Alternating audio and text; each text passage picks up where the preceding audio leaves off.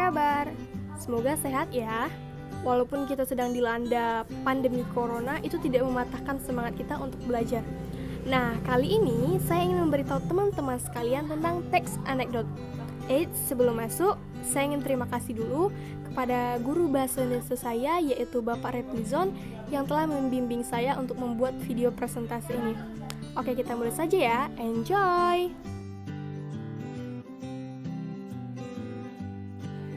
Bagian pertama, pengertian anekdot.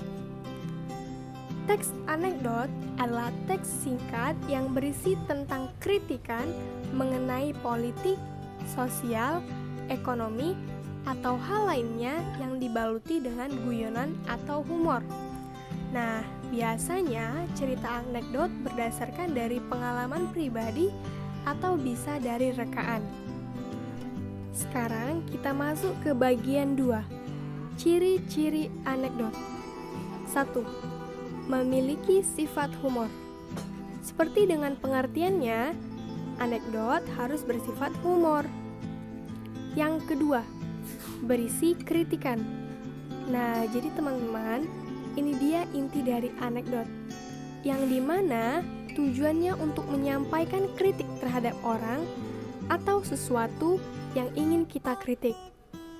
Yang ketiga, menampilkan karakter yang sering dilihat atau orang penting. Orang penting di sini maksudnya seperti presiden, DPR, ataupun MPR. Jadi, terdapat orang penting di dalam teks anekdot. Yang keempat, memiliki tujuan atau pesan moral. Yang kelima, teks yang mendekati perumpamaan. Sama dengan teks lainnya, anekdot juga memiliki struktur A, O, K, R, K. Apa ya? A itu abstrak. Abstrak merupakan awalan dari cerita dan berfungsi memberikan gambaran awal tentang cerita tersebut. Jadi, tujuannya itu agar pembaca dapat membayangkan terlebih dahulu apa nantinya yang terkandung dalam teks. O. Orientasi. Orientasi merupakan latar belakang cerita anekdot itu terjadi. Pada bagian ini, pembaca akan disajikan sebuah peristiwa atau permasalahan utama. K. Krisis. Krisis adalah inti dari cerita anekdot. Pada bagian krisis, terdapat inti kelucuan dan unik di dalam cerita anekdot. R. Reaksi. Reaksi merupakan tanggapan cerita anekdot. Namanya saja sudah reaksi. Artinya, kita memberi tanggapan terhadap krisis yang tadi. K. Koda. Koda merupakan bagian akhir dari anekdot. Pada umumnya, koda berisi tentang pesan moral yang didapatkan dari cerita anekdot. Selanjutnya, kita membahas ciri kebahasaan anekdot. Ada 4 ya teman-teman. Pertama, menggunakan kalimat yang menyatakan masa lampau. Lampau. Lampau berarti masa lalu. Jadi, anekdot itu masih mengungkit masa lalu. Contohnya, kemarin, pada suatu hari. Yang kedua, menggunakan konjungsi temporal. Ingat ya teman-teman, konjungsi adalah kata hubung. Temporal adalah waktu. Jadi, anekdot menggunakan kata penghubung waktu. Contohnya, setelah itu, kemudian, lalu. Yang ketiga, menggunakan kata kerja material. Contohnya, menulis, membaca, berjalan.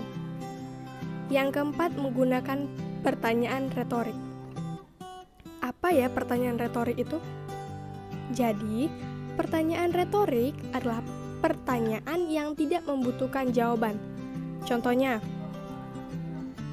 manusia bernapas menggunakan paru-paru, bukan? Nah, itu kan sesuatu pertanyaan yang tidak perlu dijawab. Karena semua manusia memang bernapas menggunakan paru-paru. Dan siapa yang tidak tahu akan hal itu? Selanjutnya, kita masuk ke bagian terakhir, fungsi anekdot. Pertama, fungsi primer. Fungsi primer adalah sebagai sarana ekspresi yang berhubungan dengan ketidakpuasan atau kejengkelan, kemarahan, dan sebagainya. Yang kedua, fungsi sekunder. Fungsi sekunder sebagai bahan hiburan, sebagai analogi, atau contoh dalam menjelaskan sesuatu sebagai penarik perhatian dan sebagainya.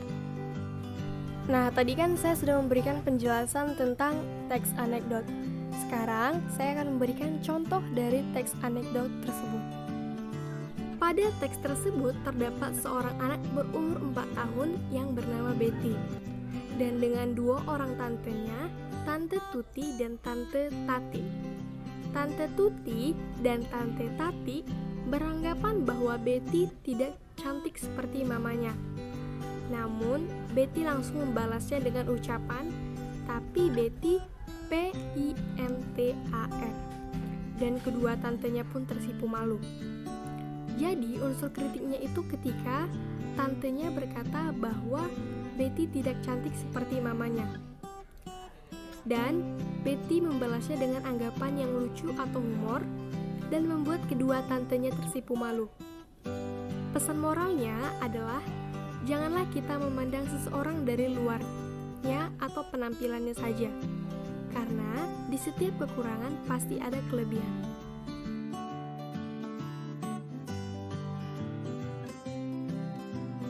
So guys, itu dia penjelasan tentang teks anekdot.